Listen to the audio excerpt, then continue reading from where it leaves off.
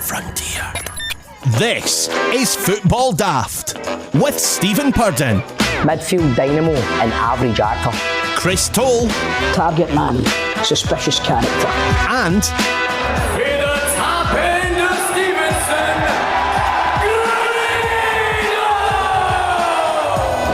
welcome to Football Daft, the daftest Scottish football podcast around. I'm Stephen Purden, and let's welcome the team, a full team this week, because here we welcome back a man who returns after being out for 2 weeks because he was filming Two Doors Down, and the last time I seen him he was wearing a pair of bootcut jeans. He was looking bang tidy. It is Alan. Is this the first time we've all been together for a wee while, is it no? Aye, I'd say about 5 weeks, 6 weeks. Wow, man. I know. It's pretty nuts, but anyway. What's been happening, man? You alright? How's been getting on? Mate, do you know something? I'm not going to lie. It's been smooth as a baby's arse show recently. It's been really good, man. Seriously? As much as we don't like each other, we're like a well-oiled machine, aren't we, son? Aye, battered right through it, man, honestly. And you've not heard this, right? Let's welcome Chris Toll, the man who has completed a song for Big Ange. Take it away, Toll. Right, I'm going to tell you this now. I found out yesterday that his name's actually Angelos. It's not Angelo. So it kind of ruins the song, but I'm going for it anyway. You ready? Right, great, here it go. Right.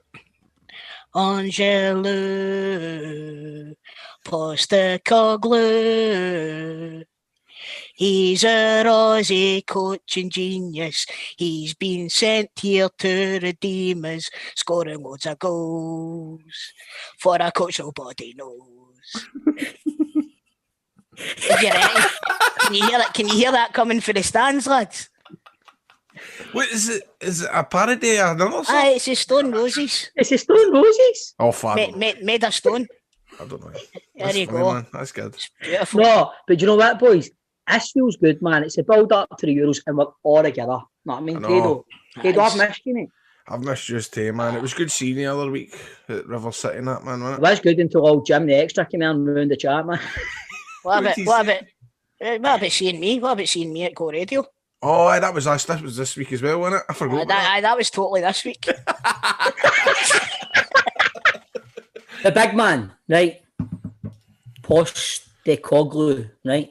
He's flying into Glasgow to be the new manager by the weekend after a compensation fee was agreed with Yokohama F. Marinos, and personal terms with the Greek Australian were agreed. But the 55-year-old, right, then faces 10 days of quarantine on his arrival from Japan. But contrary to stories that were kicking about, ex-Rangers man Kevin Muscat will not be lined up for a coaching job as part of the big man's Celtic backroom team, despite reports down under. Chris Toll, what are you thinking?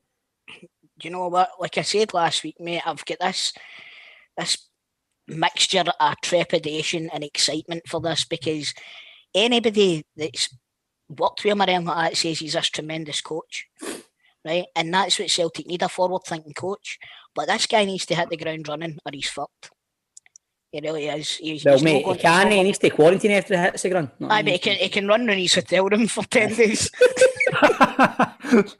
You go. I take it. Obviously, I've not even listened to the podcast, but I take it you've spoke about the sort of similarities, because to me it reminds me a bit like Pedro. Aye. It reminds me of Wim Jansen. Right.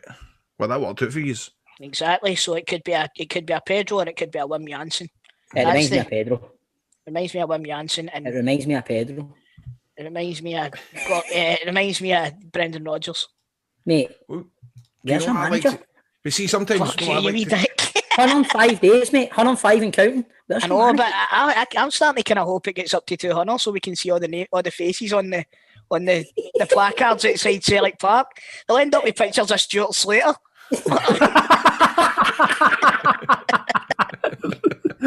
Hey, hold on. Grado's been out for 2 weeks. He's trying to talk. Let him talk. Grado. No, I just wanted to, because obviously Bob was going to say that it reminds him of Toll, and Wim Jansen is what reminds him of Toll. Or, you know what I mean, right? What do you think, John? Is there somebody looking outside? Like, what does other folk think for the football teams? A bit of Big Ange. I mean, it could go. I mean, when it comes to managers, it could just go one way or the other. It could go the way of Ronnie Dyler or Pedro, or it could go the way of like Vim. Yeah, man. Ronnie Dyler won fucking 4 trophies at Celtic. Against nobody. Aye, well, Ange will be playing against nobody, I know, won't he? Oh, there the guns are out, boys. But the thing is, I mean, Chris, there's such. He's coming at it. Vim Janssen had a rebuilding job to do, and he did it really well. Aye. And just got a massive job. And has he done that job before when he's had to come in and completely rebuild a club from the ground up? And I know yous are going to jump on me and say, "Oh, you pay attention to Japanese football and all that." But he took over Marinos when they were at the bottom half of the league, the very bottom half of the league. They were shite. And the next season, after he had rebuilt with his players, they won the league. Japanese football, isn't it?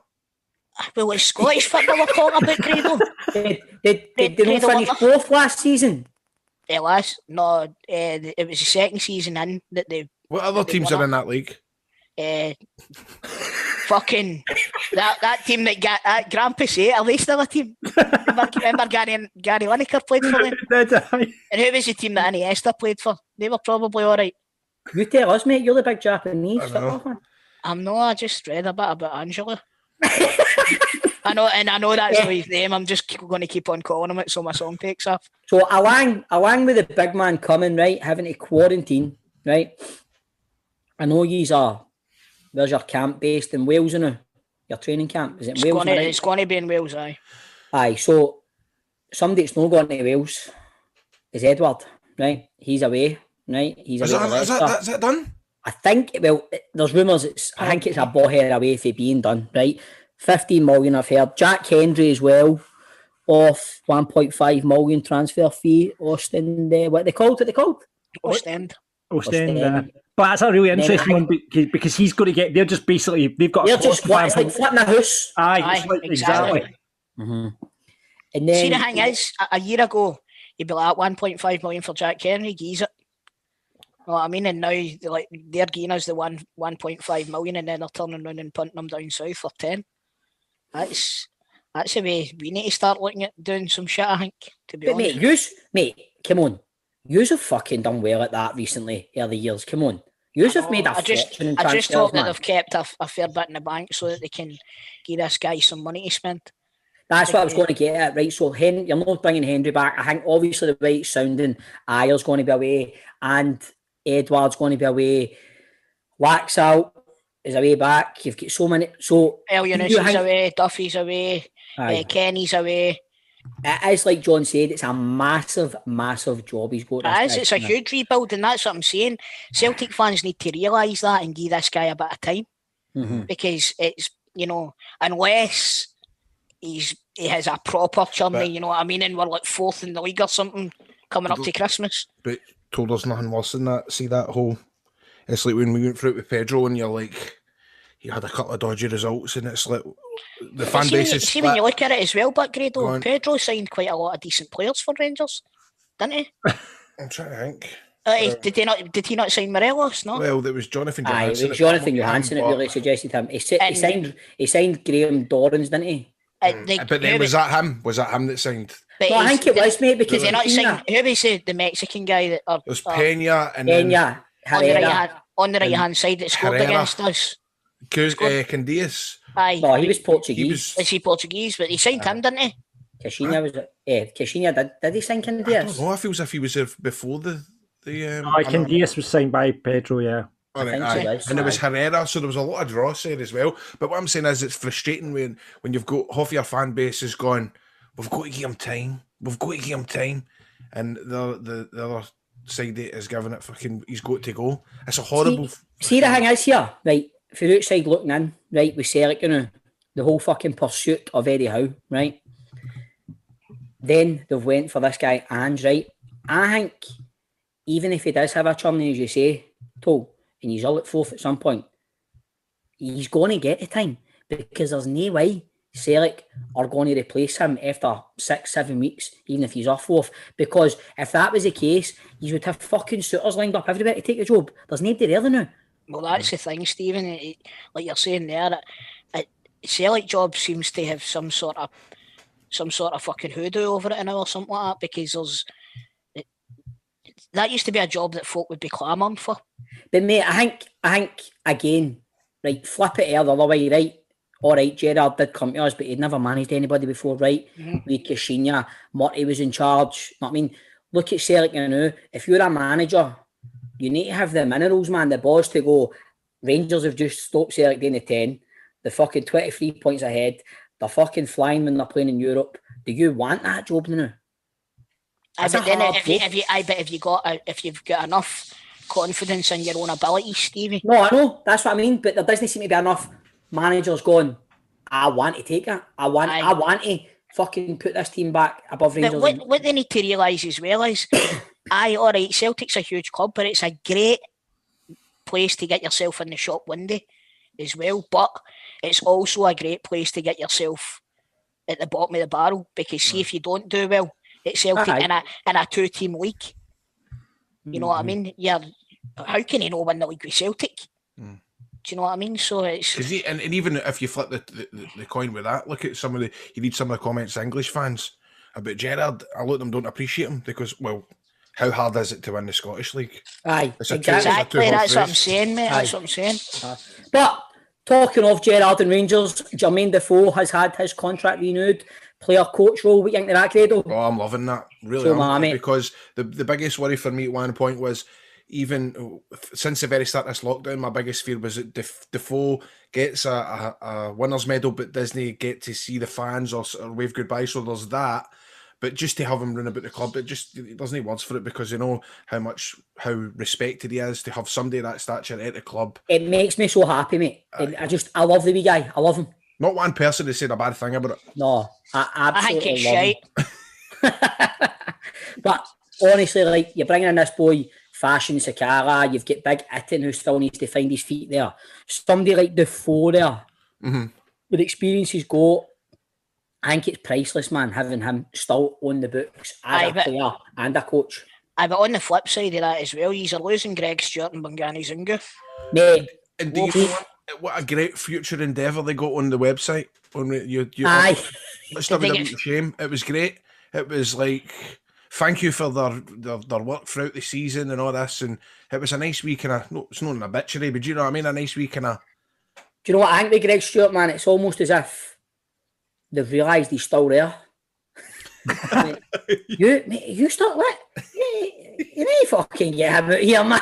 He's been getting a wage at Rangers for fucking... Even the day we won the league, I'm looking at him going, you've got a brass neck. He's done a John Terry, hasn't he? As much as I'm not against Greg Stewart, I just go, he's like the pure forgotten man. It's like he must turn up at Auchenhowie, man, and I think people that let him in the gates must think he's part of the security team. Aye, something like that. Like, there's a Johnny in. Oh, exactly, but all the best to him. Zungu, I was never a fan. I thought when he first came, he looked the part, but remember I was on here? Mate, you were fucking absolutely. You had him doing his fucking... I've never seen a debut like that in my life. You had him doing his fucking the new Andrea Pirlo. Oh, this guy's special. This guy's special. But Toops, big week this week. Obviously, it's all about the Euros. Scotland. Know what I mean? It's been a long time. France 98, and now buzzing, man. I'm buzzing. First game Monday. Czech Republic. What we thinking? We need to get after a flyer, don't we? 4-0 to Scotland. Billy Gilmore hat trick. Not renowned for his goal scoring exploits, but you never know, mate. You never know. See the whole that is the thing about the Scotland playing in the Euros. The most exciting thing is the likes of Patterson. I'll even say, would you call him Turnbull, Billy Gilmore getting the chance? For me, man, it makes it for me. For me, it's Andy Robertson. Wait, Grado. Last week's big question was... Nakamura. What would your starting lineup be, right, for the first game against Czech Republic? So me and John put kind of realistic teams out there, right? Aye. Fucking... Mate, no disrespect to you, Grado, I'm not at the cunt, right? Right? He made you look like fucking Stato, right? He had Ryan Fraser playing left wing back. He forgot about Andy Robertson, our fucking captain. And what else did you do? What was your midfield? I forgot a couple of players, man. Aye. All right, give me And he had one. Thank He God, had Scott I'm McTominay playing centre half when. Right then, Grado, what's your No. starting 11? No, because Stephanie's the one. I wouldn't have the time to go for lineup. Stephanie, I'm asking me for the Scotland lineup. what's your Scotland player, Stephanie? Give the boy time to text his missus and he'll get back to us a bit later, right? Fuck's sake. Stephanie, is that a catchy And I need and 3 you're still subs. playing? Is that a catchy and you're still getting a game? What? Right, honestly, right, I think this game on Monday is colossal. We need to get after a good start. Because obviously, We put a after that- marker down, don't we? We need to put a marker down. It's a must-win. It's a must-win. Aye, Right, 'cause here's the deal as well. See if we get after a flyer and we beat them, and Croatia beat England, we could potentially put England out. I know that's true. The thing is, right, you're playing England and Croatia the next 2 games after Czech Republic. Czech Republic are a decent side, but Croatia, one of the best teams in the world now. England as well, very, very good team. We need, like John said, it is an absolute must-win on Monday. But you know what? I speak to Craig Brown the other morning. Name drop. He was Ching, what? clank. And he was telling me, look, Hey, do you drop something? I want to pick that Czech name up, man. Republic. I was talking to him just after I got off the phone to Billy Gone, listen, yeah. I was like, look, he told me that they're a big hardy team. They're not going to be any they're not a walkover. There's a boy in that team that plays for West Ham. They're all tall. Did you need Billy Gilmore and Craig Brown to tell you this? Did you not know this? I know, but I was just kind of going, you're right, mate. You're right, bang on. He is bang on. They've got So in the what Czech you think, Republic. Craig? I've got. Where you going with this, man? I don't know. It's just going to be. It's not going to be. You just wanted to throw in, you were talking to Craig Brown and you were on the phone to Billy Gilmore. Aye. But Senior, no, senior, remember, senior. aye. But so just remember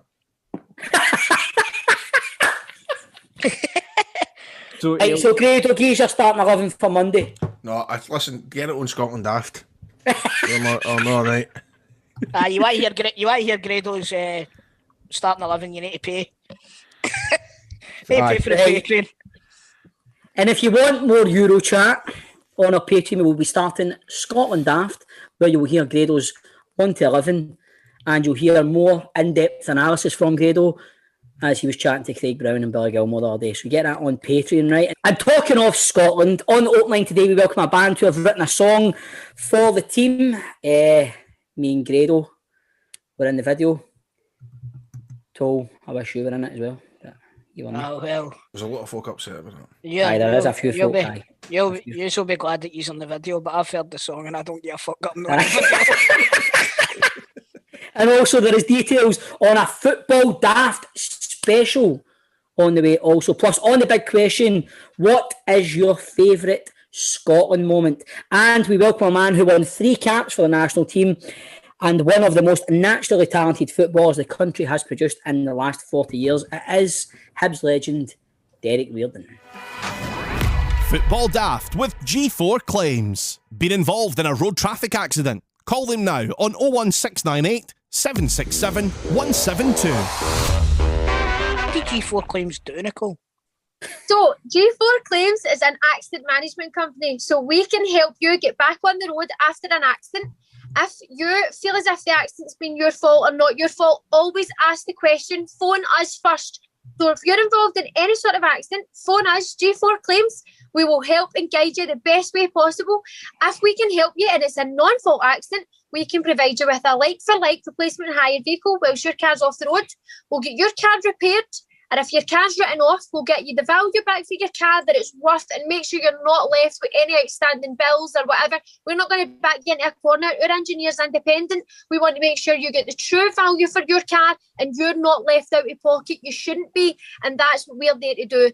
If you're involved in an accident and you have any whiplash injuries, sore neck, sore back, we can help you with that as well.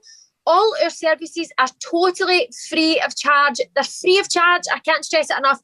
If I can't help you, I'll just tell you I can't help you for whatever reason. I will never, ever, ever help you and then bill you for it. So my services are free or not at all. So phone us first, G4 Claims, not at fault claims. Made easy. Made easy.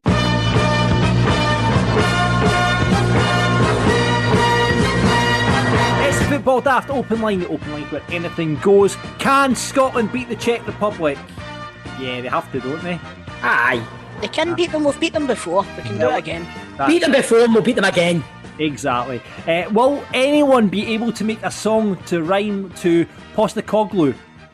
Crystal. You better believe it, But brother. he changed the name of Big Ange to Angelou as opposed to Angelos, so that's You fine. need to go back to the old drawing board there, too. And can you ever make house rice without it like being shite?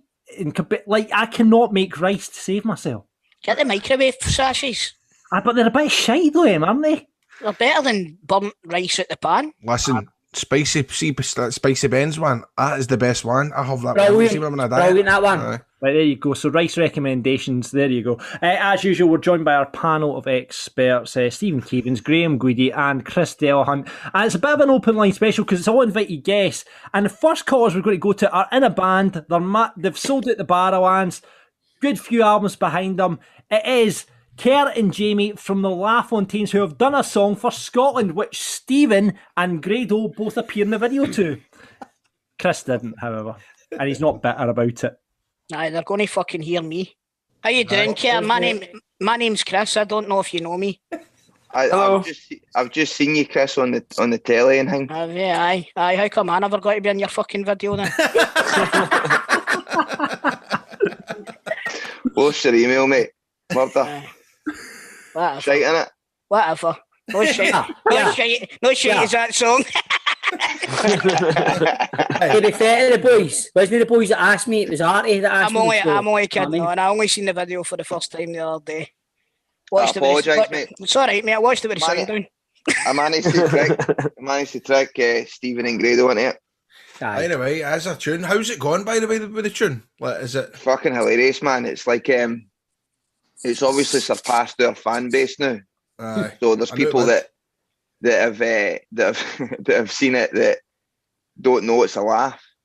And they're saying things like, "Who says Scotland like that? Who says Scotland?" That was meant to be part of the Gerard Butler patter. Do you know what I mean? It was all meant to be like that. So now there's some belter comments like, "Wish we hadn't qualified." I've seen folks saying that they've got to support England now. That's the thing, but there's so many people that obviously you're a bunch of mates, you're in a band, it's a laugh. I know. I know, but listen, that it's been fucking hilarious. There's some brilliant comments as well, like liked it until 106 when the guy started rapping. 106. Your exact point. I'm pure scrolling through, hoping it's not me. I'm like, I know it's definitely me, man. Well, I come in at 107, so get up. You know what I mean?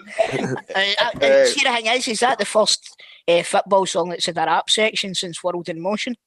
Might be, man. I think you might be right there too. That isn't it? You know what? You're the new John Barnes. That's it, man.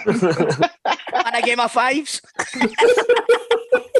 I seen it. See, the day after we released that song last week, I was watching this thing and it was Justin Curry. The guy that wears the scarf all the time. Aye. Guy Delamucci. Aye. So he was talking about how they've been going for about 10 years or something, same as us, and they built up a decent fan base and all that, and then they released this Fitba song, and then next thing they knew, everybody was telling them to fuck off. It's going. I wish we never had done it now. It's going along with everybody else. It's going. Craig Brown was talking to him a few years later, and he was saying like, I thought they were playing at France '98. They were on the dressing room and that song was on. It was making them all nervous. Aye, this is. It's going to be our sea shanty, isn't it? Aye, well. That's it, man. I mean, the tongue with it. I mean, if no one's heard the LaFontaine stuff. I mean, the tongue is firmly living under a rock, John. They've been living under a rock. Exactly. Selling out the Barrowlands, several albums behind you. I've sold out the Barrowlands. Have you? Two. This isn't about you, mate. Hi, mate. Let the boys talk. I know, too. Sorry about him, boys. Sorry. Hold on, I need to put my laptop on him. No, don't just let it laugh, mate. Fuck you, you wee dick. The big chart battle's on, boys. It's you versus the Fratellis versus the GBX version of Yes Sir I Can Boogie. Who's going to win it? There's only got to be one. I've not even hit.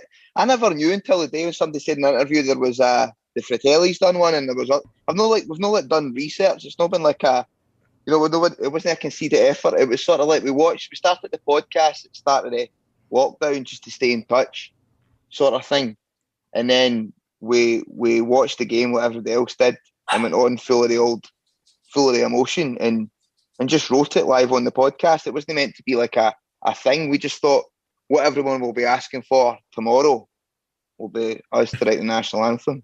Done it. And as you can hear, the song is chock full of emotion. Absolutely. Chock full. We've got all the key words in it as well. We've got words like goals, Scotland, Tartan Army, got the jingly guitar, the kick drum. What made it like? I mean, it's like a case study to how to write a Scottish anthem.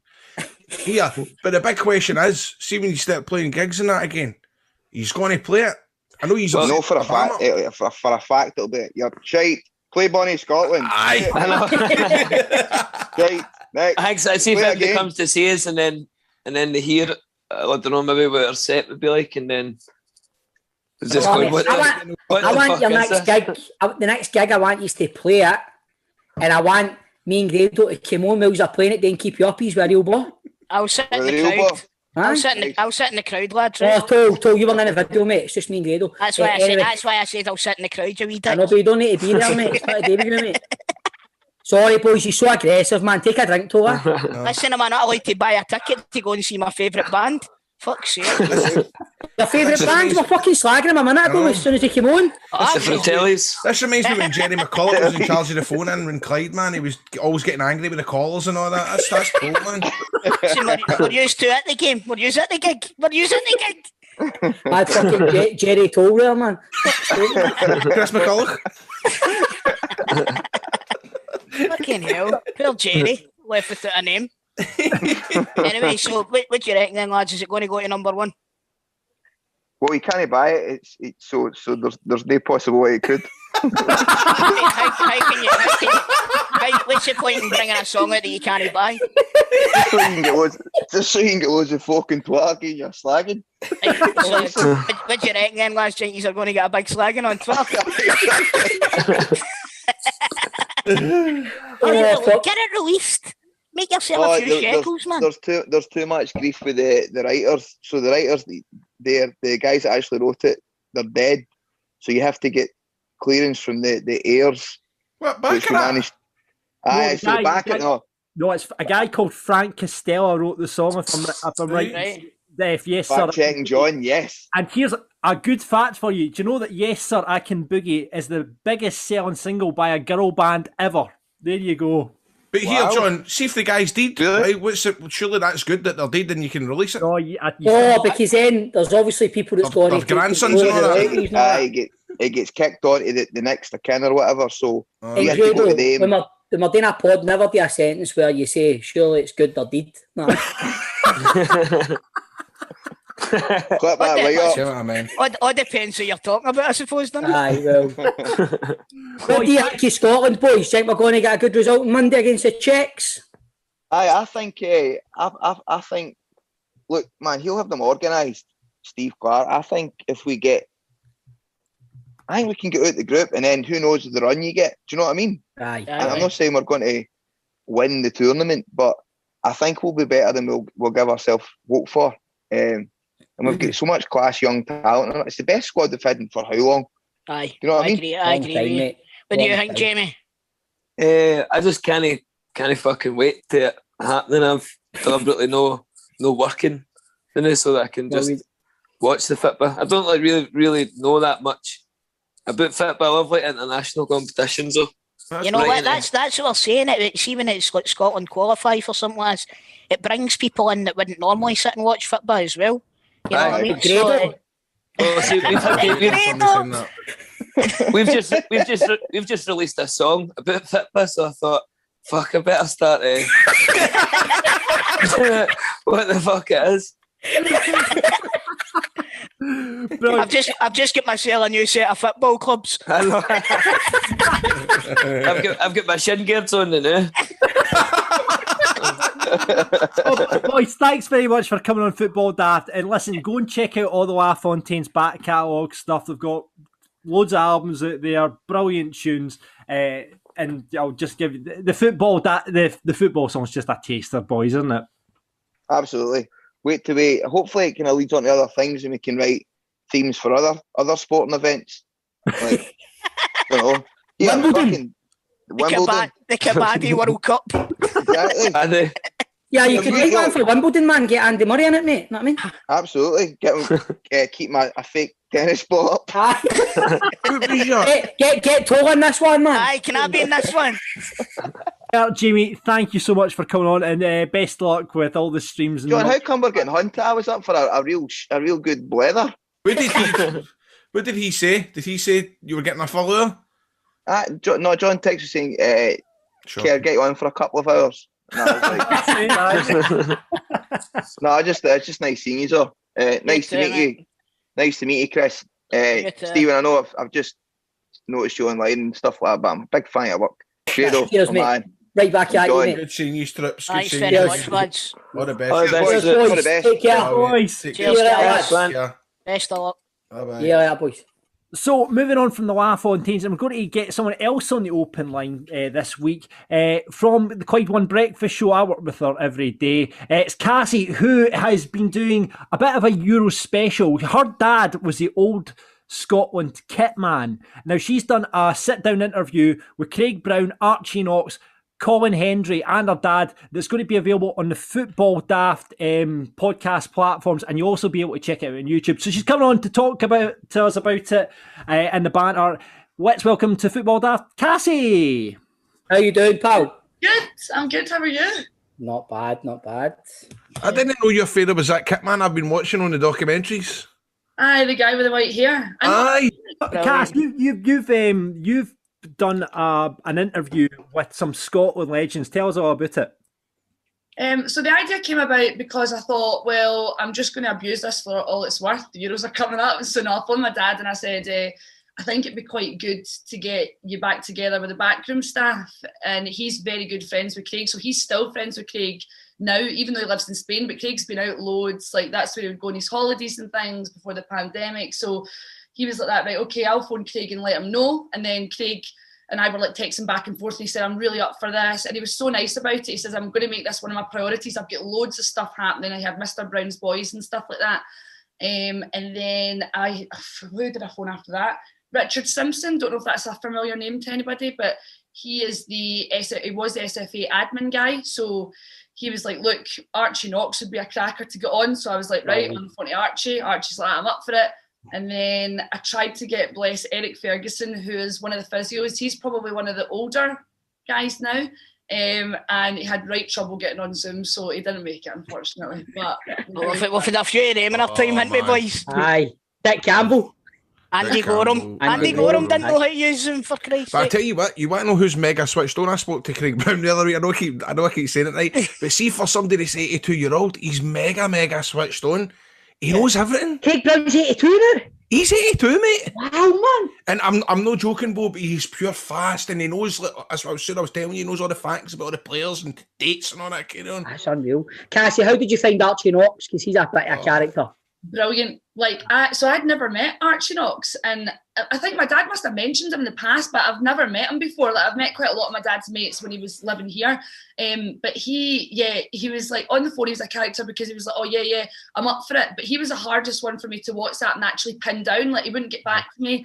And then I was like, oh, I don't know if he's going to come on. And I was like, honestly, I just want somebody to get back and say they're in or they're not. But then I suppose as well, like, he's probably still thinking about it and whatever. And then he ended up coming back and saying, no, I'm definitely going to do it. But he was quite like, it was all one-worded answers. Aye. Thumbs he's up. Old school, man. He's old school. Yeah. So I thought, I wonder if he'll be like how he will be. And he came on, and he's the one that's going to shine in the whole thing because there's comedy value from the start.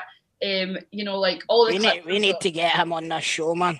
Oh, honestly, yeah, he's great chat. But he was the one that also had said to me, my original idea was to interview them individually and have the videos go out on the lead up to the Euros.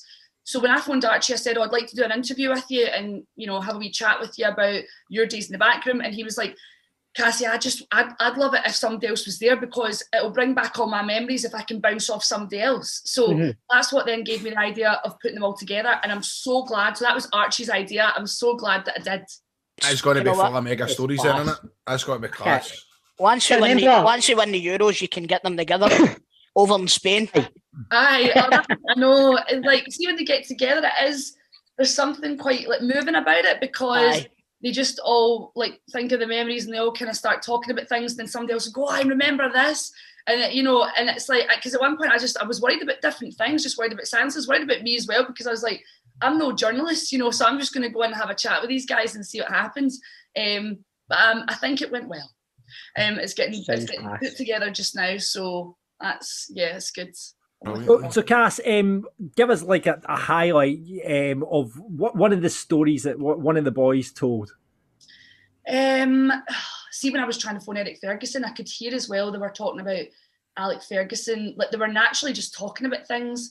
They're talking about a few things as well that that were quite like, how would I put it, current, that I couldn't even put in. Stuff that they knew and all that kind of thing. Just about what's coming up. I'm trying to think of a story. So Jackie McNamara and Tosh McKinlay, I've got to thank them, because they both left me voicemails on just different stories to put to the guys. So there's a great story. In fact, there's a great story about Alec Ferguson getting his OBE, and the first thing Archie Knox said to him when he got his OBE, which is very funny. So that's a good bit. He seems to bring him up quite a lot. And then there's also Jackie McNamara giving me a story about Craig Brown in not the dressing room, in the hotel before, I think it was, what match would it have been? So the Brazil match. And he said that he'd got this new video analyst. So Jackie said he got the new video analyst and just appointed the guy. So, he didn't. I felt this one. I know. Did he tell it on the podcast last week? Because he told me that Clyde thing. Oh yeah, probably. Maybe that's his main memory that he goes to. But it was the guy put the team up behind him, and it was yeah. So he talks about that, and then I'm trying to think. Tosh as well. Tosh speaks about my dad, because my dad used to get slaughtered by the boys, so I feel like there was a lot of stories coming out about him. So they used to get my dad really drunk, because his job was to look after them, essentially. So he was to make sure they were in bed at the right time, they weren't drinking too much, all that kind of thing. And he did get a demotion as well. He was a masseur, and then he went on to be like more of an officer, because he was just really shit at rubs. See where I get it from. So he speaks about, I'm trying to think what else. The sandwich story, Cassie. Tell us the sandwich story. Oh, okay. Tosh McKinlay said to me that he was face down in the bed. They were over in France, and he was getting a rub. So my dad used to be a masseur, right? So that was his title when he first started with Craig, was just masseur. So he was rubbing his leg, and Tosh went, God, that's halfway light. Like, is he doing much? What the fuck's he doing, right? So he turns around and looks at him, and he goes, Omar. They called him Omar, my dad. And he had a sandwich in one hand and his leg in the other. And he was just rubbing his leg with one hand. He's like, what the fuck are you doing? And he goes, I've not had my dinner yet. And he's like, so that was a cracker. Yeah. Absolutely brilliant. And we're going to be able to see this on your YouTube channel, Cassie, is that right? Yeah, so I'm going to put it up on YouTube. This is the plan. I'm going to also just maybe put out some clips before it. See, I had to basically get all the information, everything together. I had to kind of edit it myself, most of it, and I've sent it over now to like a videographer person. They're going to put it all, because I can't do that stuff. The bonus thing for the Football Daft listeners, it's going to be available on our podcast channel as well. So you'll be able to hear it on here. You'll be able to watch the visual version on Cassie's YouTube channel, and look out for her tweets. You can get her at CassG on Twitter. When's it out? Did you say Sunday? No. Between I went Friday and Sunday, so I wish I had a date. Honestly, I do. I'm like get it up before Monday, before the Scotland game. I remember that. I know that's the thing. So I didn't want to put it out over the weekend in case it got a bit lost. But I'll keep everybody up to date on my Twitter anyway. So. Keep your eyes peeled. It's coming soon. I see. Be honest, does it really need to be before? Because it's going to be. Yeah, it's going to be all week, innit? But it's going to be all week, all this stuff, innit? You're right. Maybe even better in the lead up to the England game. Aye. Yeah. Oh yeah, I suppose, because I've had Mr. Brown's Boys, and there was like a lot of love for that on Twitter. So But I did, yeah, a few people have said, you know, like the more people are saying, inject the content into my veins. They want all so I'll stick it up anyway, and then, you know, you can watch it if you like. Exactly. Well, Cassie, thank you so much for coming on the show, and we look forward to seeing and hearing what you call it. So if it turns out to be 30 minutes, 40 minutes, 50 minutes, it'll be whatever minutes in Bruni's backroom. So it'll be our Brune's backroom. So if it's like 40 minutes, be 40 minutes in Brune's backroom. I'm hoping that it's going to definitely be longer than half an hour. But there was so much stuff. They just kept talking and talking. And then Craig had to drop off because he was going to go and do some telly stuff. So he had to go for a sleep. I mean, I have a special guest. I don't know did you know that? We have someone else. We don't just have Archie, Craig and my dad. We've got somebody else that's going to drop in. Oh, we'll tease that up as we do in the radio business, and we'll say, look out on the YouTube channels for that. Yeah, he's got quite a lot of caps for Scotland. That's all. Oh, I know who that is. Who is it? I see if I guess it. We won't. Don't guess because you'll fuck it. You'll fuck it. Aye, don't. Okay. Right, Cassie, thank you so much for coming on Football. Congratulations to Grado, please. Oh, thanks very much, Cassie. Thank you, pal. That's nice. Thank you. I'm buzzing. John showed me the gender reveal video as well. And John, you're not meant to show folk. That's embarrassing. Cassie, you would have seen it all if you followed them on Twitter. Shut up. No, because I went to look you up and I went, but I don't follow her. So why don't we have our hands across the radio divide here? Grado, you follow Cassie. Cassie follow Grado. And Grado doesn't want to see my shit. No, I do. Right. Guys, just follow each other. Aye. I'm looking forward to this documentary, I must admit. There we go, tidy. Now you're talking. Hey, there we go. Bringing people together on Football Daft. That is what it's all about. Cassie, thanks so much for coming on. Thanks for having me. Cheers, Cassie. All the best. Thanks very much. Bye-bye. See you later on, pal. Bye. And that is it for this week's Open Line. Thank you to all our callers. We'll be back with another one next week. Football Daft's big question. Boys, we are recording. What day is this? Wednesday. This is Wednesday, Stephen. You can feel the anticipation building, right? It's nearly time for the Euros to kick off, right? We're 5 days away from Scotland's opening match. So, to get us in the mood, we're asking you this week, what is your favourite Scotland moment? Wow. I mean, I'll let you answer first. I'm trying to think of one. Told you go for one. For me, it's got to be Darren Fletcher's goal against Latvia at Parkhead. Yeah, I've got one. Yeah, that was a big goal. That's what put us through, and it was euphoric. Euphoric. I like that word. My favourite Scotland moment is the penalty shootout that goes to this Euros, because then we got a bevy that night on Zoom and all that, and it was brilliant. I loved that. That was excellent. No, do you know one that really got me out my seat years ago when we should have absolutely hammered them there and we should have qualified? When Don Hutchison scored the header at Wembley. We dominated England that night because we didn't turn up in the first game at Hampden, but see down there, that was robbery that they get through there, man, and we didn't. Scholes gave us an absolute going over at Hampden, didn't they? A masterclass at Hampden, but see down there, they were shit scared of us, man. And that was some goal, Don Hutchins header. It was. I would say, even though it didn't work out for us, but Barry Ferguson's goal against Italy, I remember that. That's another good one. He's absolutely bouncing. Loved that. But I think just because, not a match, but just the occasion of France 98, because I think it was probably, I was maybe 10 at the time, 10, and it was the first time I could properly take something like that in. And I just remember everything all shut on the day. On that. A carnival atmosphere. John Collins' penalty in that game. Aye. Do you know what I mean? everything about that game, just everything shot and everybody together. And I remember that day there was a Scotland flag pierced into the sky, man, with clouds. I don't know how they done it. Yeah. It was 2 aeroplanes crossed over, didn't they? And it was just like salt on the I sky. don't know how it could be. Remember they done that when Andy Murray played at Wimbledon, but that's not football. Let's talk about something else. So shall we go on and see what the listeners are saying then, lads? I don't know. I feel as if we should ask John, man. I bet he's a bit the list of Jericho. Oh no! I think there's definitely one for me, but I'll go for maybe more of a club thing. I had a bit of a tear in my eye. First Falkirk player to be capped for Scotland when Darren Barr came on against Northern Ireland in a friendly, but that was more of a club thing, right? But I was in. What an obscure Darren Barr coming on against. I was there the first night. Darren Barr got his cap for Scotland. A Falkirk player being capped for Scotland, full play for Falkirk is unheard of. But I was in the stadium for McFadden scoring that goal against France. I was in the French end, and what a fucking night that was. I told us that, John. I know you kept that under your fucking hat, John. Yeah, no, it was absolutely incredible. I went over and we were doing live radio from Paris, and what a day! Just the build up to the game.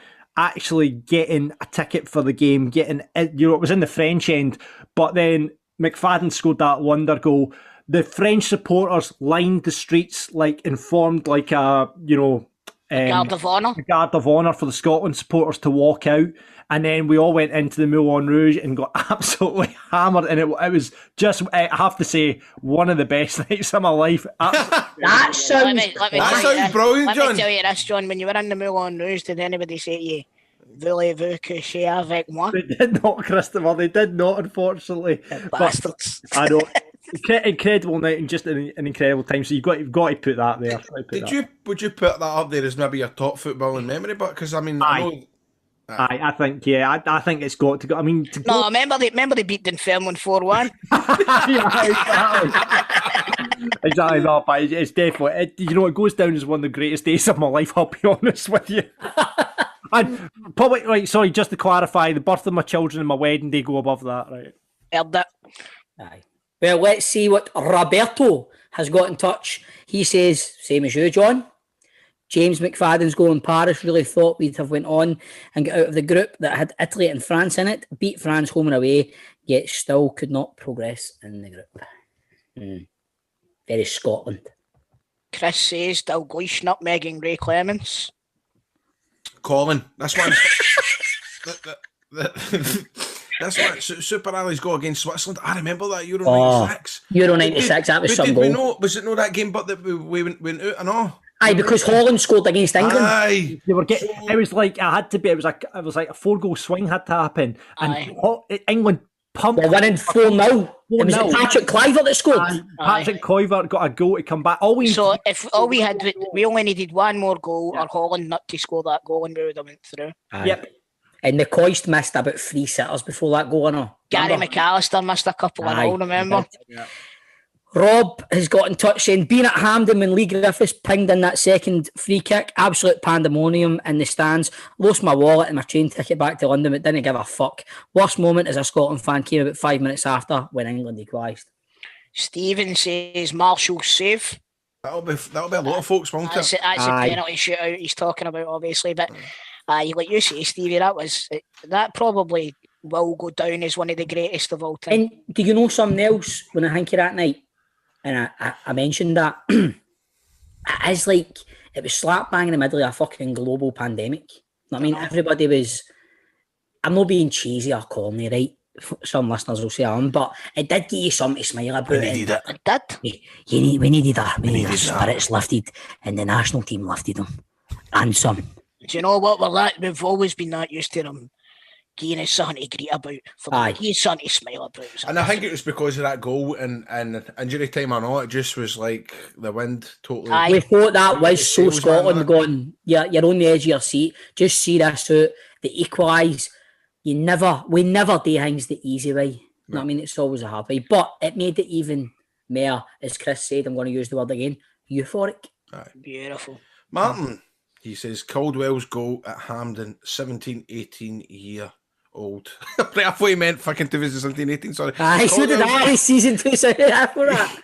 So he's obviously went, Caldwell goal at Hampden. I was a 17 or 18-year-old. Nothing better. We missed out Niles before that. Aye. Oh, sorry. You can read that goal. Niall says McFadden Screamer v Holland at Hampden. The first leg of the players, which we won the first leg 1-0. We'll not talk about the second leg, lads. No, the second leg didn't happen. And Ian has got in touch. Says JC's penalty versus Brazil and McCall's second versus Sweden. Colin's penalty was quite cool against Brazil, but wasn't it? Sweet. I remember Stuart McCall's goal against Sweden. Ian McCall's fucking signing a Tiffany the other day. Do you know what I remember? I remember I was walking from my house with my mum to my auntie's house, and I was trying to get there quick enough so that I could catch the rest of the football, and I never seen the goal. I just heard the full street cheer. Aye. Like it was every house in the street cheering when they scored that goal against Sweden, man. Then I'm running up the stairs to try and catch the highlights after it, man. See memories like that. You don't get memories like that anymore, don't you? No, I'm a pure fucking. Well, no for you recently, but. Aye. We've been making memories all season. Anyway, Alan has got in touch and says, felt proud walking home at lunchtime in high school to watch us play Brazil in a World Cup opener in 98, but Hampden in 2007 v Ukraine was unreal. Got into the stadium just in time for the anthems. After a few cans, just sat down and Miller put us ahead. Place was rocking, just about to sit down again, and McCulloch scored. Away we went again, ended up about 6 rows down, played a very good Ukraine team off the park that day and won 3-1. Atmosphere had Hampden bouncing. Football Daft with G4 Claims. Find them on Twitter, Facebook and Instagram at G4 Claims Limited. It's a player profile playoff with piesports.com. They bring you the taste of Scottish football, or European football as it may be, across the summer. If you're 3 games a day, boys, 3 games a day for the next couple of weeks, you're going to need to stock up on pies, aren't you, for the games? So listen, you can get European well, you can't get European flavours, but you get nice curry pies. Oh, you can macaroni. That's Italian. That's Italian. Italian, so there you go. Get your pies in for the Euros. You can do that by heading to the website, piesports.com. They'll deliver free to a lot of postcodes across Scotland. You can see all the details on their website, or you can give them a call, 0141 739 9999. Every week on Football Daft, of course, we like to invite one of the listeners to come on and try and win free pies, and today is no different as we welcome Jamie Kirk to the podcast. How you doing, Jamie? I'm not bad. Yourself? Good. Welcome, Jamie. Welcome, my man. Thanks for having me. It's an honour. Thanks for coming on, mate. You're another lamb to the slaughter. Aye, probably. Well, of course, Jamie is a Rangers supporter. He's wearing a Rangers top at the moment. Jamie, how do you think Scotland are going to do in the Euros? I think they're going to qualify from the group. Anything that's the target anyway, and then anything else is a bonus. Aye, but they should definitely. I don't want to burst everyone's bubble, but see if we do qualify for the group, you see who we've got in the next round. Either Portugal, Italy, or I think that's if we win the group, we'll get one of them. Is it? Right. Aye, but listen, that's a bye anyway. That's a bye to the quarters. Aye. Anyway, it's a Euro special. We're talking about the Euros. We're going back, visiting the old Euros, and this week, I don't know how you are. What age are you, Jamie? I'm 30. 30, okay. Going back to Euro 2000. Right, okay. So I don't know if you France. That was Belgium. It was Belgium and Holland. I'm saying France won it, but didn't they? They did win it, Stephen. It's they won the World Cup in '98. Then fucking David Trezeguet with the fucking golden goal. That was the fella. So I need to remember that name. I know, me too. They beat Italy in the final with fucking golden goal. I remember it well. I was boozing in a wee bowling club that day. There you go. Right, so it's Euro 2000. It was what took place in Belgium and Holland, and we're going to draw out a name for you to play, Jamie. Who do you fancy playing? Anyone but Toll. He seems to be the leader. Anyone but Toll. Let's coming out. ABT. Right. It is Grado. Hey! Grado's reaction, a big close up of that, man. Fuck off. Stevie. Right. Come on. Right. Okay. You ready? This could take a while. Here we go. Aye, you're right. That's what I'm thinking, Jamie. Right. Remember, we need the buzzers, John. What's your buzzer going to be? Spain. Pies, and you're going for what, Grado? Spain. Spain, right, okay. Here we go. I've only got, by the way, boys, I've only got 4 players here today because I thought these were quite easy, so fingers Right, crossed. hurry up. Here we go. Right, first player out. This Real Madrid winger scored against Portugal in the opening game as his team were beaten 3-2 by Portugal. This was to be his final tournament for England as he won 37 caps. Come on, you. For England? Oh, Aye. Spain. Oh, McManaman. Oh, McManaman. oh, we both said that there, didn't we? So, Right, we'll call that a going to draw. say that. aye, that was a draw because I reckon you probably did get Pie in first, but I just thought I don't want him to fucking say it before me. Brilliant. I Right, did cheat there. next player out. Okay, here we go, boys. First of 2 wins. With 57 caps and 25 goals, this striker is Italy's 6th top scorer of all time. At this time, Spain. James Hetfield, aka Grado. Baggio. oh, No, mate. I will continue with the clue. At the time of this tournament, he was banging them in for Juventus, although he spent the best of his part of his career with Milan after this, playing for them for 11 years. Oh, He scored a penalty against Turkey and he was awarded man of the match and went on to score another goal against Romania in a 2-0 win in the quarters. Alex Ferguson said he was born offside. he was the master of offside. The master of offside. Well, I know it now, but No, you don't. He's got a brother who plays and is a And manager. he's a manager. His brother's a manager. I'm out anyway. See, Right, he's done it, Matty. Jamie, who is Oh, it? shit. Jamie, you don't know. No, He said no. Seedorf. Oh my God. Grado, Sorry, who man. is it? I never said Seedorf. No, Haley did. You said you knew it. No, I'd probably do, I would go for Totti or Del Piero. I don't know. No. Inzaghi. Aggie. Well done, bastard. boys. Next player, you better get this. I've only got the rest. Right. This Swede was one of the countries. Spain. Grado. I've just got to say Henrik Larsson.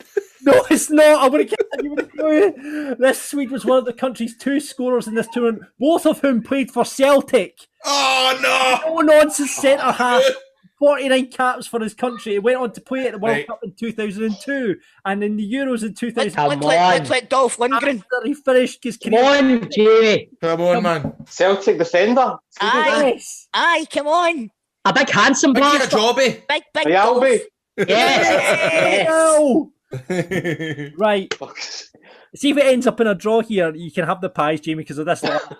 All right. What's the score? It's 1-0, Jamie. If Grado gets this one right, Yeah. then it's a Right, draw. okay, here we go. Last player I've got here, all right.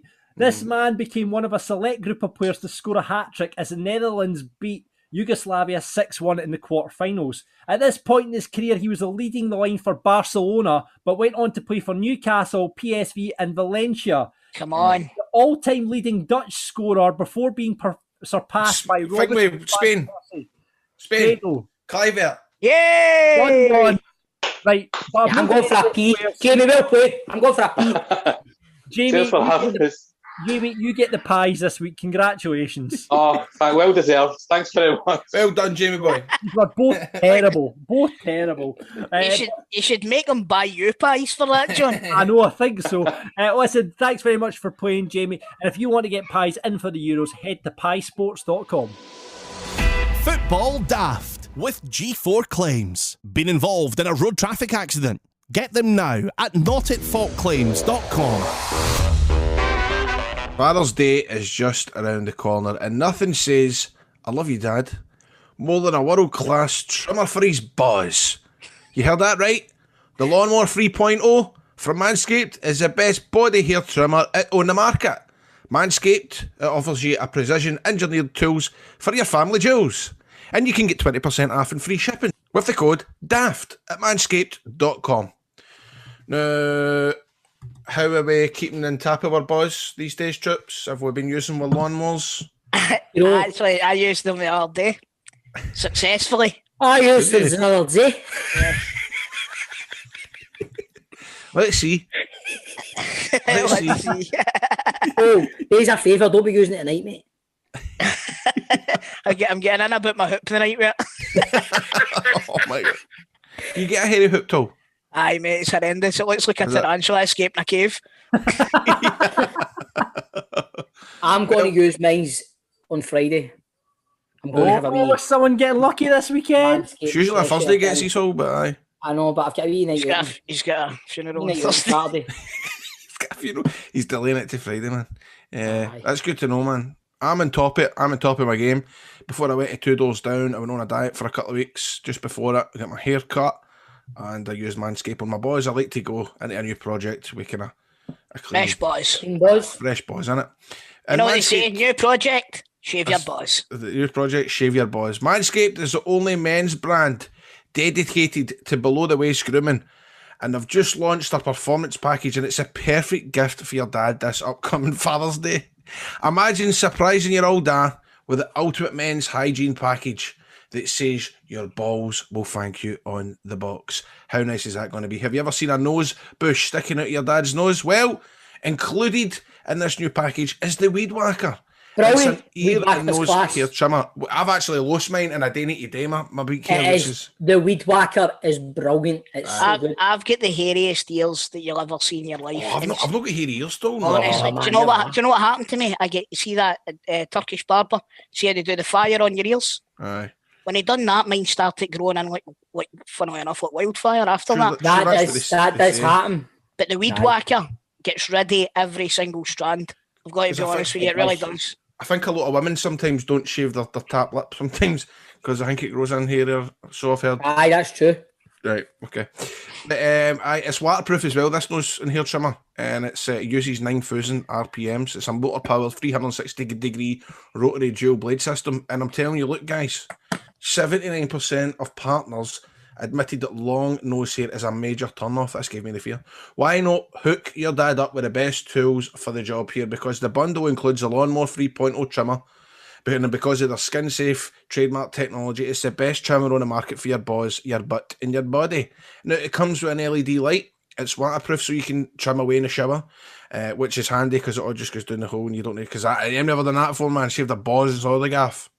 Aye. It's kind of like... And your toothpaste and all that, and your fucking... and your cornflakes. Calls in the shower, man, and it's like, sometimes, if I let it go too far, it's too much for the hole, so I need to clean it up. Stevie, I can imagine that you could fill 10 plug holes. I've seen your chest, my man. Aye, yeah, man. Grado, my back. Mate. What's my back like, Grado? Oh, it gives me the boat, man. Aye. Gives me the boat. It is, man. We share a dressing room, then panel, he tries to fucking attack me with his fucking wetting, and I just turn around and fucking pull my back out. Aye, but I always make sure that I use my lawnmower before I jump in tappy naked, don't I? And let's not forget the famous liquid formulations. It's the Crop Preserver Ball Deodorant. Now listen to this. This is a ball toner that maximises your ball hygiene routine. So you need to get the performance package now, and you'll receive 2 gifts. You've got the Manscaped boxers, which we all wear, don't we, troops? I love the fucking hangs, man. Very, very, very comfortable. Very, very comfortable. They're good for shaving. And the Shed travel bag. Now, the performance package, it is the best value Manscaped has to offer. It's hot off the shelves. Get 20% off and free shipping with the code DAFT at manscaped.com. Get your dad a gift you know that they're going to use. So remember, it's 20% off with free shipping at manscaped.com using the code DAFT. Don't forget that you came from your dad's buzz. This year, show your original home some love with Manscaped. Football Daft with G4 Claims. Been involved in a road traffic accident? Call them now on 01698 767 172. Now, ladies and gentlemen, let's welcome to Football Daft one of the most talented players of his generation. With over 250 appearances and over 100 goals for Hibs, 3 Scotland caps and a spell at Celtic, the man lit up many a ground with his skill. It's none other than Derek Riordan. How you doing, Derek? Thanks for coming on. No problem, mate. Aye, doing well. Except for this COVID thing, obviously. It's just a bit boring. It's not so bad now with the pubs open up again. So, are you allowed in the pubs again? Are you allowed in the pubs now, aye? I'm allowed in pubs. It's nightclubs I'm not allowed in. So I'm all right. It's nightclubs, right?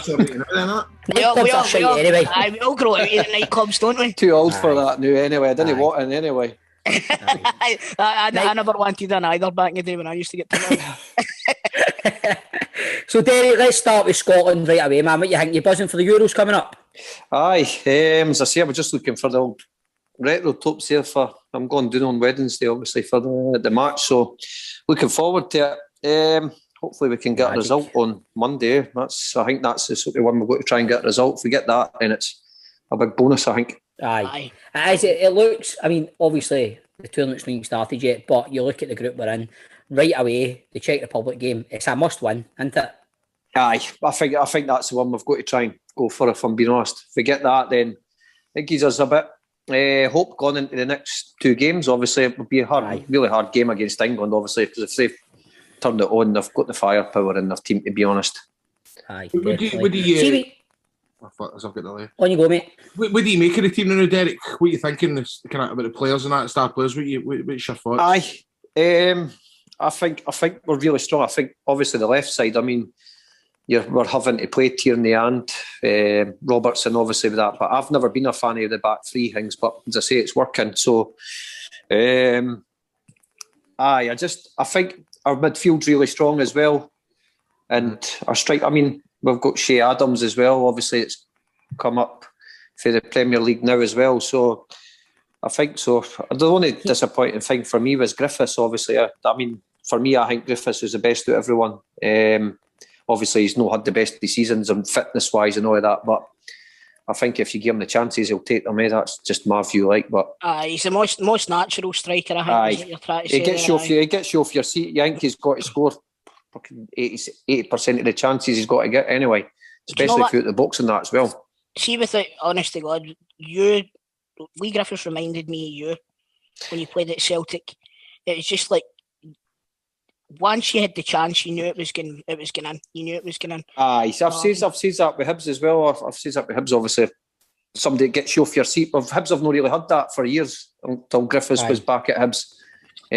He's sort of similar to me. He thinks he can score for maybe 30 yards. He's always got that knacky scoring for that far. So, as I say, I think we're looking all right. It just, the midfield's strong.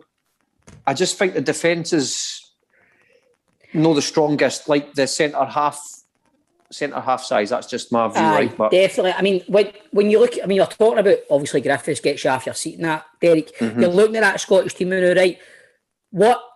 Who do you think is the spark there? Where's the spark coming from in that team? I'd have to go with McGinn. I think McGinn's been shit hot, brilliant, pure animal, gets about everywhere.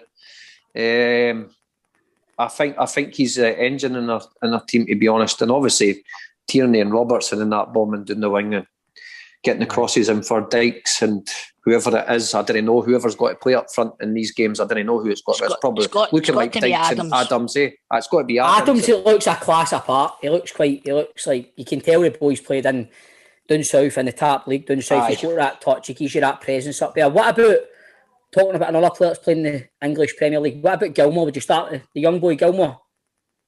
I've not really seen, if I'm being honest, I've never seen much of him, so I can't say and obviously he's got to be really good because, as I say, he's not at Chelsea for out of luck. So, I mean, obviously, I've seen him a few times playing good player, but I don't know. The manager will obviously, it depends what his tactics go with. That's what's got to come down with. I think his formations, whatever he's got to do, it's obviously got to be the back three with the looks at it, or back five, or whatever you want to call it. I hope he doesn't go with reputation. I hope he goes with form, if you know what I mean. See, a lot of problems in Europe in international football for Scotland have been picking the players on reputation. You know what I mean? See, for me, you need to have Patterson in at right back. You've got to, or right wing back. You've got to have him in at right wing back because the boy's on fire. You've got to have Billy Gilmour in there as well, and you've got to have Shea Adams in there because they three for me would be. I think Shea Adams is. I think Shea Adams is a starter. I think he's he's a definite starter. Definite starter. It just depends if he goes with another striker or not. That's the only thing. That's the thing. If you play Adams kind of up top his cell and then play somebody half him, or you play him half Dykes, it's a kind of. It depends how they want to play it. That's what's got to come down to, I think. Did you enjoy your time playing international football, Derek? Did you enjoy your time in Scotland? For the poxy free caps, How did you find it? But proud moment and all that? Aye, it's brilliant. As I say, as a wee laddie growing up playing for Hibs, team you support, and if you play for Scotland, it's a bigger bonus, obviously. So, I enjoyed it. Obviously, I was on the bench quite a lot with Scotland, but as I say, it's good experience and stuff. As I say, it was only 3 caps, but as I say, still played for your country. So, I was delighted with it. Who was the manager, the Scotland manager that you played on? Walter Smith. I was in the squad all the time with Walter Smith, but as I say, it was always Kenny Miller was always the number 9. We always played with one up front, which Kenny always done really well because it suited them. Turboing about everywhere, just running about. So, I mean, that's not my type of game. That running about everywhere up 9. So, aye. What about, like, obviously playing, like, you know, your club career and that, Derek, like, playing for Hibs as a boy, was that a proud moment? Because obviously I'm just saying you're a Hibs supporter there. So as I say, signing for Hibs, how did that feel? Brilliant. Obviously my family, all my Riordan side, they're all Hibs fans, and my McGovern side, they're all Celtic. So, I mean, they were delighted when, obviously, I've signed for Hibs, and it's just a dream come true, really. So you got to make both sides of your family happy then? Rangers were trying to sign me. It was a no-go, like, for my side of the family. Like, honestly, it was terrible. I was getting pure abuse. Horrible abuse. No, like, nice abuse, horrible abuse. God, I remember, what year would have been that? Was it 07? No, I signed with Celtic. I think it was 06 or 07, I think it was. Something like that, aye. Because I remember... And Rangers just tried to get me about 6 months before it or something. Aye, because was it not just as soon as Walter came in, it was maybe near the end of his kind of first season back, and that was all the talk was that Riordan was coming. Right, well, he never signed for Rangers, so shut up, all right. They put me on the bench. They done it typical. They put me on the bench when Hibs were playing them in the cup. I think we beat his. It was at Ibrox. It was 3-1 in the Scottish Cup. We had the full back of the Rangers end. They put me on the bench for that because they tried to sign me basically. I bet they wish they had tried to sign Chris Killen that day. Did Tino score a hat-trick that day or something? No, it was Sproul. No, that day. Ivan Sproul, man, fucking tore us apart, man. He absolutely fucking terrorised us. He was like an absolute... Nobody could catch him, man. He's rapid. He is rapid. Man. Did you see when you were at Hibs, did you play with Didier Agat? I was young. I was just like the wee ground staff then, like young boy. So you would have seen him, obviously. Who would you say was faster, him or Sproul? Sproul was, I would say, Didier Gaps. He was probably more lengthwise. Like Ivan Sproul was... After the mark, I think Sproul would have tandem, but I got with the caught, man. After about 20 yards. He was knackered after about 20 yards. But he was rapid off the mark. Like. He was fast, man. He was fast as fuck. Like, Derek, that was some Hibs team that when you were coming through, it was some Hibs team you were in, man. What players was there certain players that put the arm on the shoulder and just try to guide you through and stuff and help you settle in? Older, no really, no. I would say, you remember Craig Brewster? Aye. He was me and Big Gaz. It was always like me and O'Connor first, sort of into the first team. But obviously, Gary was a big laddie. He's always been that size anyway. So it was sort of Brewster. It sort of took us under his wing, but more sort of Big Gaz because he was a number 9. Because I was sort of like a winger, so out in the left. But I would say sort of Brewster. But other players of that, I wouldn't really say it took us. Nah. We were quite good because, as I say, we were all young then. We all broke through roughly the same time, a year or two between each other. And as I say, we were all sort of pals and coming through each other. And I don't think Hibs will ever get that again. I was just luck, obviously, all at the same time. He kind of captured lightning in a bottle with that whole youth coming through at once. That was a right good Hibs team. I used to hate playing against Hibs. And all the games that I played against them. That was you'll not get that again. That was sort of luck. So, but great players in our team. Obviously, you had Tomo, you had Bruni, Whittaker, Caldwell, Wee Shieldsy, Ivan, Boozerlin and all of that. Honestly, it was brilliant. David Murphy left back as well. He was shit hot. That's right. He was a great player, man. He went down to Birmingham, didn't he? I think Celtic tried to get him as well. I'm sure Celtic tried to take him, but we did try to sign him because that was when we couldn't get a left back for love nor money. Remember? And we tried to get David Murphy. He was a bit of a class act, man. He was a really, brilliant. Really good player, man. Big, powerful, nicely big and quite quick. Do you still keep in touch with a lot of the boys, Derek? No, really. Only like my sort of pal coming through at football was Big Gaz. He played with me boys club level, so Big Gary. I get odd texts with Bruni or Tomo. I speak to Lee Naylor every now and again. So Lee Naylor, I remember Lee Naylor, man. Aye, so that's what do you make it, like? What do you make it, Bruni, with the Aberdeen top on? Did you see funny, the photo I seen it yesterday. I just looked weird as anything. I thought just looked strange with that Aberdeen top. But they used to give him pelters as well. I found that a funny option. They went up there, like, but there must be I don't know what is. Obviously, maybe with Glassy or whatever. I didn't ken what the situation is. Obviously, I would have preferred him at Hibs. He would have preferred him at Hibs. Because he stays in Edinburgh, so I thought he would have been there. Can you see him? Has he got the attributes you think to be a good coach, Scott Brown? I think so, aye. Do you know what? I never seen him being a captain, funny enough. Right. Never seen him being a captain because he was nippy as fuck on the pitch. Just wouldn't shut up and that. But I just, like, immature-ish wise, that's what he was like all the time. But I just never seen him being a captain. But as I say, he's had a brilliant career. I mean, great career he's had at Celtic. Aye, definitely, man. So, Derek, is it true you made your debut for Hibs in the Edinburgh derby? I think it was, aye. Aye, at Tynecastle, that's right. So's it was, aye. That's who it was. Aye. So what's your favourite memories for the games? Probably scoring. Aye. Used to love scoring against Hearts. I get absolute dog's abuse. I like my pals are Hearts fans, funny enough. So, aye, I love playing Edinburgh derby, especially at Tynecastle. I preferred it at Tynecastle than at Easter Road, to be honest. I love Tynecastle. So it's brilliant atmosphere. It's dead compact and that, so that's brilliant. Aye, because the stands are just, it's like you're right. It's right on you, like, aye, it is. Aye. Definitely, man. Like you look back, it was like Tam McManus, Ian Murray, Stephen Whittaker, Gary O'Connor, like all the boys was the dressing room. He's just fearless in that dressing room, just think he can beat anybody. Aye, I think it's just because we were young, I think. Sort of no care, if you know what I mean. And obviously we're all young and fit. And we had a good couple of older players that obviously kept us on our toes. I mean, I always looked up to like Big Rob Jones and stuff like that, Gary Smith, the older one, Stephen Glass and that.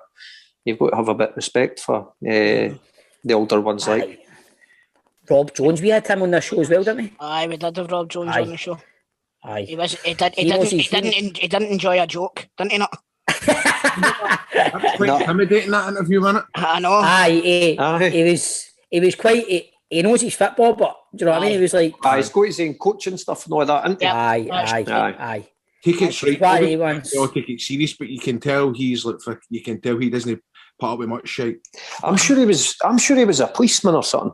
I'm sure he was something to do. I'm sure he was something to do along the lines with that. Have any surprise? That explains it, Derek. That explains it. Yeah. That's why I had to get that bit in there. I'm just letting you know. I'm sure he had something to do like along the lines with that or something like that. Like, was there any players, Derek, that you played with at Hibs or Celtic that you really didn't go on with? That it was like you get loads. Aye, there's always one. I mean, no matter where you go, there's always some dick. There is. There is. There's always, no matter where you go, there is always somebody. I mean, you get big time Charlies and just. You'll get that. You'll get that anywhere, eh? But I'm not going to grass anyone, so nah. Don't worry about it. Don't worry about it. We wouldn't ask you for any names in that. No. In that case. I mean, was there any managers you never got on with? Speaking of managers, like, how do you think it didn't work out with Frank Sosie at Hibs, Derek? I didn't think he got enough time, if I'm being honest. I didn't think he lasted long, like, compared to other managers, obviously, but I didn't know the reason behind it, because what a player he was, by the way, when I was young. Class. I got to see him and me Russell at training. So we when Gary, it was way Alec McLeish was the manager then. We were obviously training with the first team, just young boys, but they two were absolutely frightening, like Russell and Sosie, ridiculous. That's two of the best players to ever play in Scotland, I would say. They were brilliant, like they were really good. I agree with that, Tol, definitely, man. How many guests have we had on this show that just wax lyrical about Russell Appleby?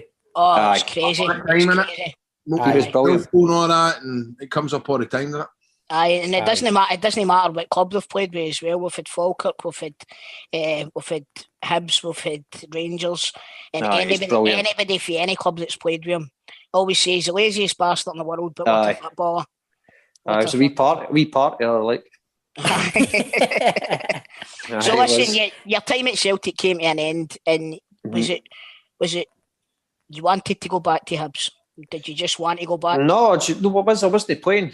And obviously I'm only young. I mean, I think I was only about 25-ish, maybe.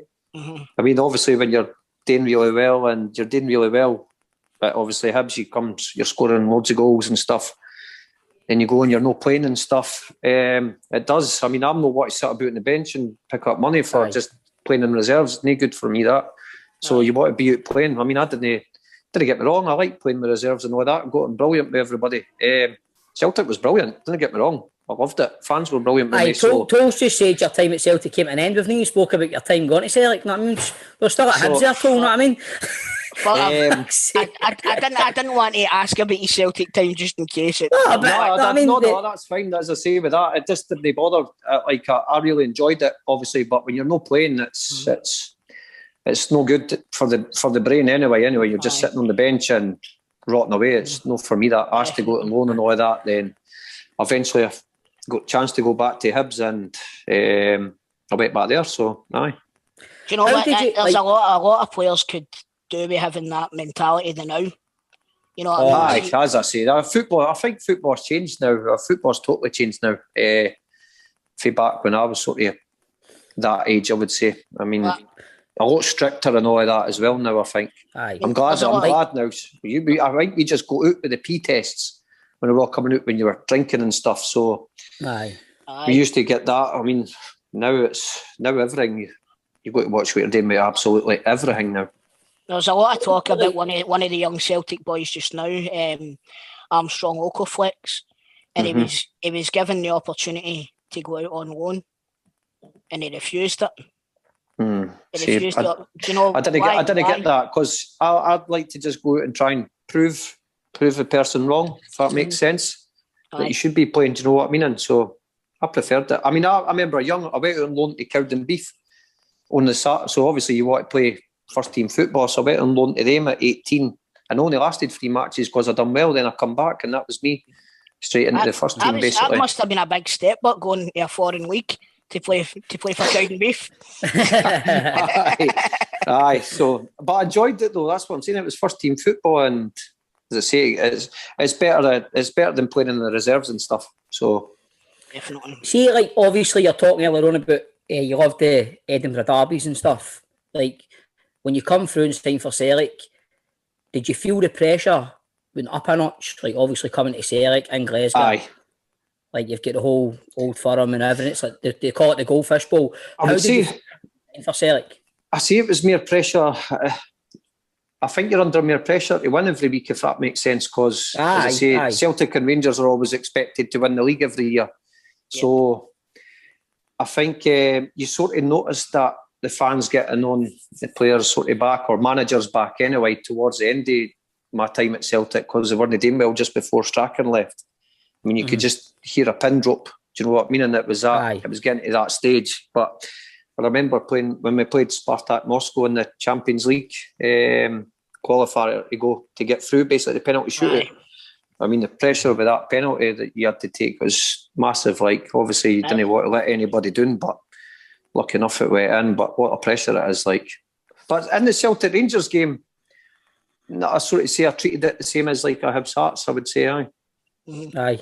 Mm-hmm. Sorry. It's like, obviously, you go back to Hibs and you're playing under Yogi. How was that, mate? Tell us about that, because what a guy he is, man.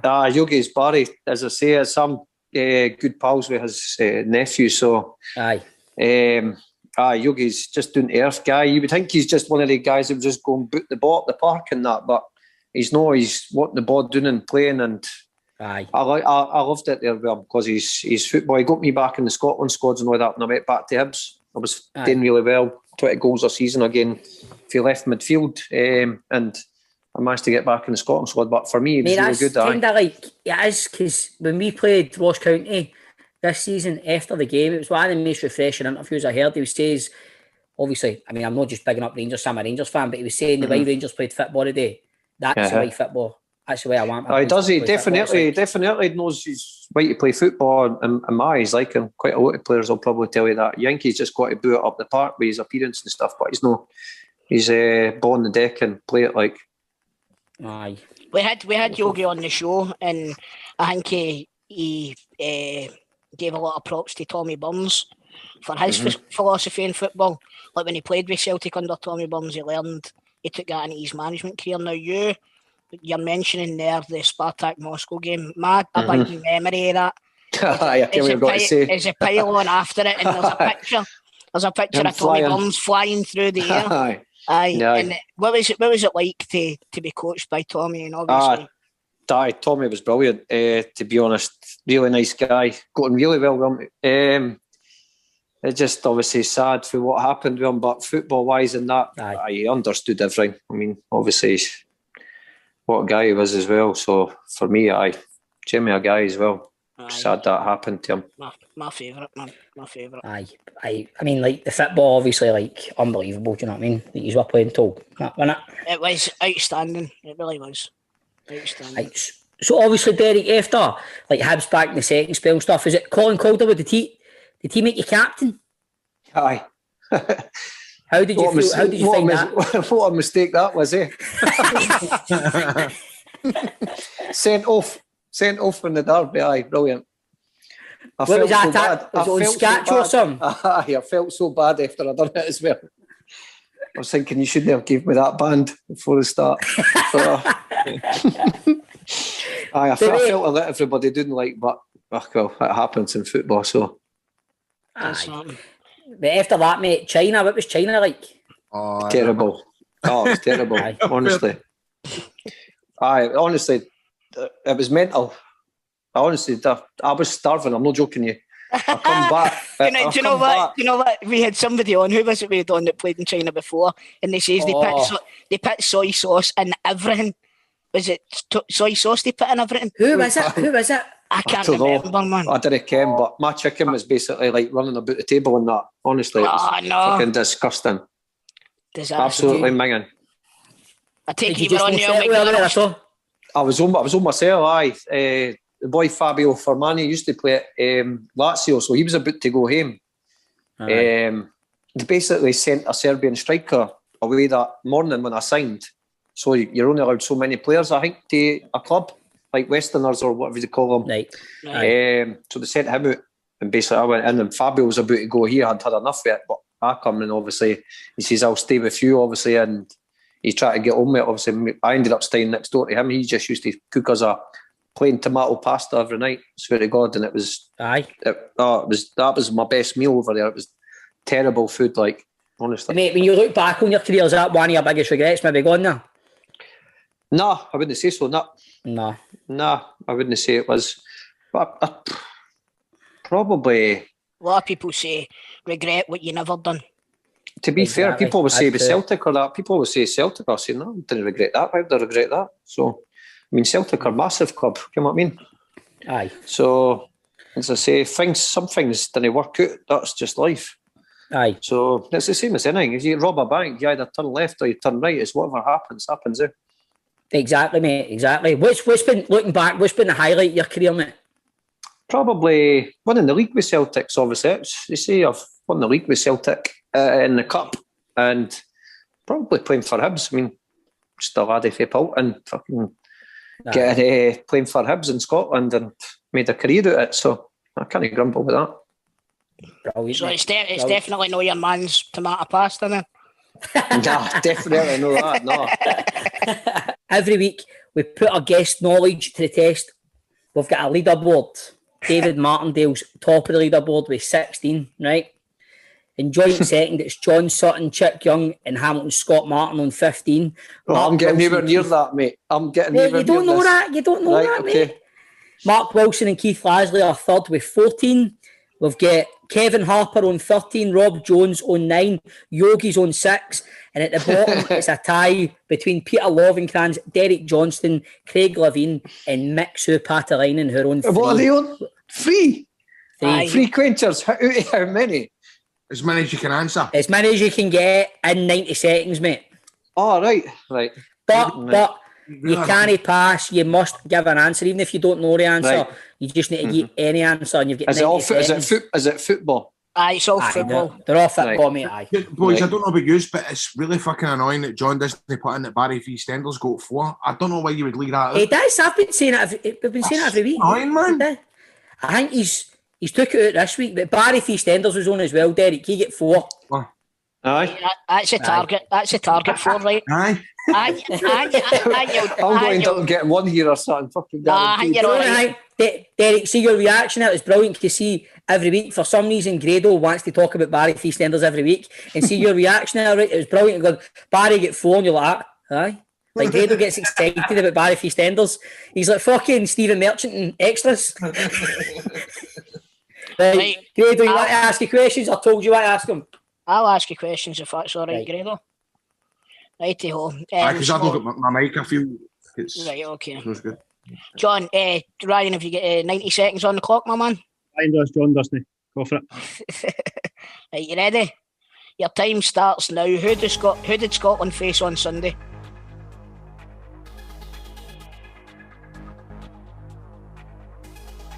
Oh, shit. Mine's went blank. Just say anything. Fucking Israel. How many under 21 caps did you get? 6. Who's just been appointed manager at Kelty Hearts? Kevin Thompson. Who played Morton in the Championship playoff final? Airdrie. Before Billy Gilmour, who was the last Scottish player to win the European Cup? Paul Lambert. Which Scottish club? Fuck. You want to change your answer? Andy Robertson. Right, which Scottish club did Christopher Ayer go on loan to from Celtic? Morton. In what year did you go on loan at Cowdenbeath?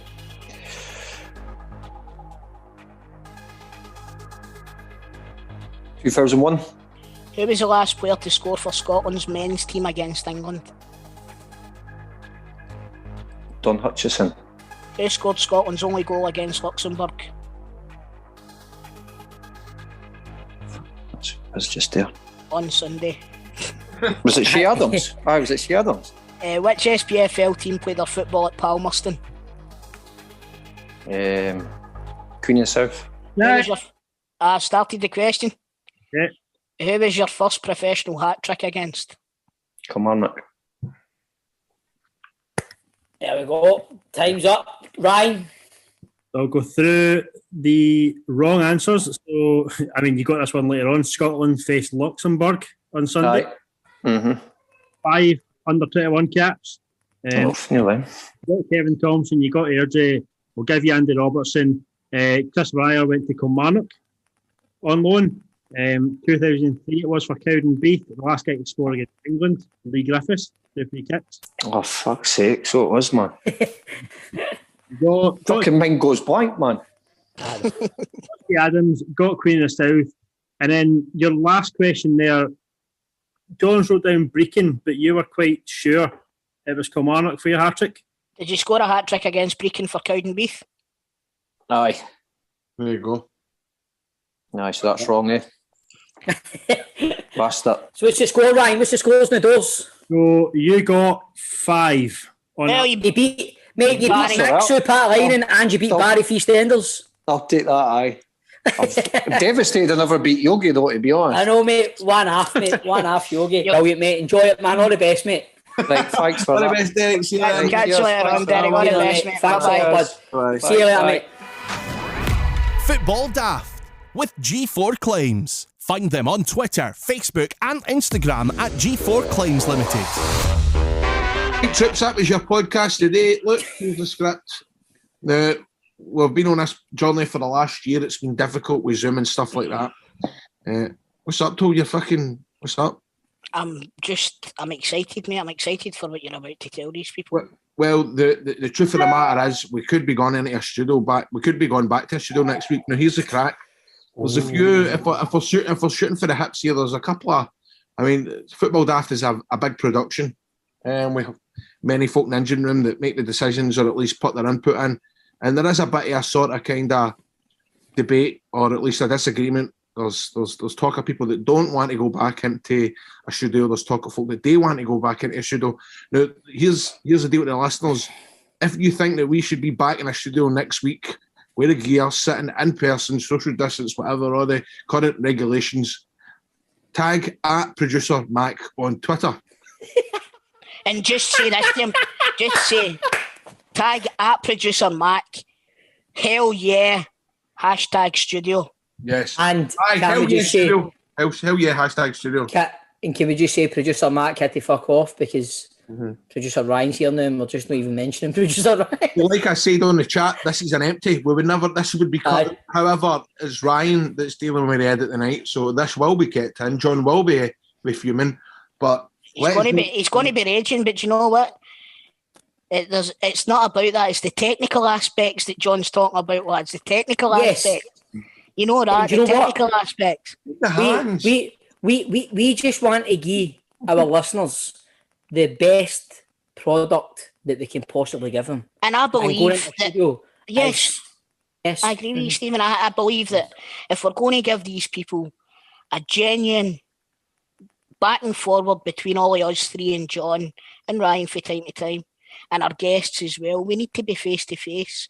We've come through the worst of the pandemic. We're now and basically about to go into level 0, everybody. You know what I mean? It's time. I want to fucking sit in a room we used to. I want to see these boys. I know. Well, in the flesh. Here's the deal. It would also, for example, let's really open the third eye, right? Or the third door, whatever you want to say. Now, I've just got it tight for that Derek Riordan interview, apparently, and I didn't ask enough questions. You sat there with your face fucking tripping you the whole time. No, that's no fair. You couldn't say that I didn't ask a lot of questions. That was nothing to do with the fact it wasn't a guest's fault. Derek Riordan's brilliant. The thing is, there was a delay on this Zoom, and sometimes Bob is 2 seconds in front or behind, which fucking annoys me. And I've also not got my mic. This would not happen if we were in a studio. However, there is a downside. The downside, I probably want to be able to fucking vape, which is a big, big worry. Listen, see if you want to vape in the studio. You vape in the studio, mate. I think the studio we could potentially be going to. I think you'll be allowed to vape, Grado. What? There he's doing his usual. Look, maybe he's not interested. He's not even listening. Told you know something, man. You're right. He's fucking stealing away this week, you cunt. Stealing a fucking. Yes, honestly. He's finished his wee bit, then he just goes like this when I'm talking to him. What the best part is, that guy gets 10 times what we get. Yeah. Well, anyway, that'll do. Guys, do you get paid for this? Anyway, the studio we might be going into is going to look the dog's nuts. It's going to be nice. If we're not in next week, we might be in the following week. But I'm going to tell you now, I think this studio that we're getting into, we're going to be the best presented podcast that you'll be able to see, except for the other podcasts that use the same studio. Aye. Who's our podcast? Don't tell I think there's going to be a few in there. Don't tell Andy. See the amount of folk that replied to the message on Instagram? Aye. Jesus. There's going to be a few. Going to be struggling to get into the fucking hang of this rate. There's going to be a few, but there's not going to be any as good as yours. You know what I mean? No, definitely not. No. See if John needs something to get him into that studio. Next week, on the show, Chris tells a Big Brother story. Oh, good shout. Oh, that's a good shout, Ryan. That's a great shout, boy. And do you know what? Do you know what the best part is too? I know you've all listened to this show week in, week out. See, when I do tell a Big Brother story, it's going on Patreon. If you want to hear it, you've got to pay. You want to hear it? Pay me. Pay me, motherfuckers. No, I'm only joking. Boys, see before we go, can I just give one shout out? Grado's not listening, man. Of course you can. I just give one shout out, right? Do you remember Jordan Thompson that was on this show? The boy that was on Soccer AM that did the dairy pass? Right. He done a job. He does many valets and stuff. He valets motors and stuff. But he done a job for somebody a few weeks ago. A woman called Rachel Kennedy, who has got 2 children. but she's currently battling cancer, terminal cancer she's got. So every day, Jordan is going to be running 5K, and he's got a GoFundMe page on his Twitter, and I think it's dynamite what the boy's doing. He doesn't know her. He's just done a job for her and just came away from it thinking, I want to do something to help this woman, right? So he is Jordan Thompson. It's at Tomo_12 on Twitter, where you'll find his GoFundMe page. And if he's donating troops, what the boy's doing is amazing for a family that's obviously been fucking hit with something horrendous. But have a look, boys. Go in there, even if it's only £1, a £5, a £10, whatever, it all count, and it's all for a fucking amazing cause. Superb, Jordan, what you're doing, my man. Audio Frontier.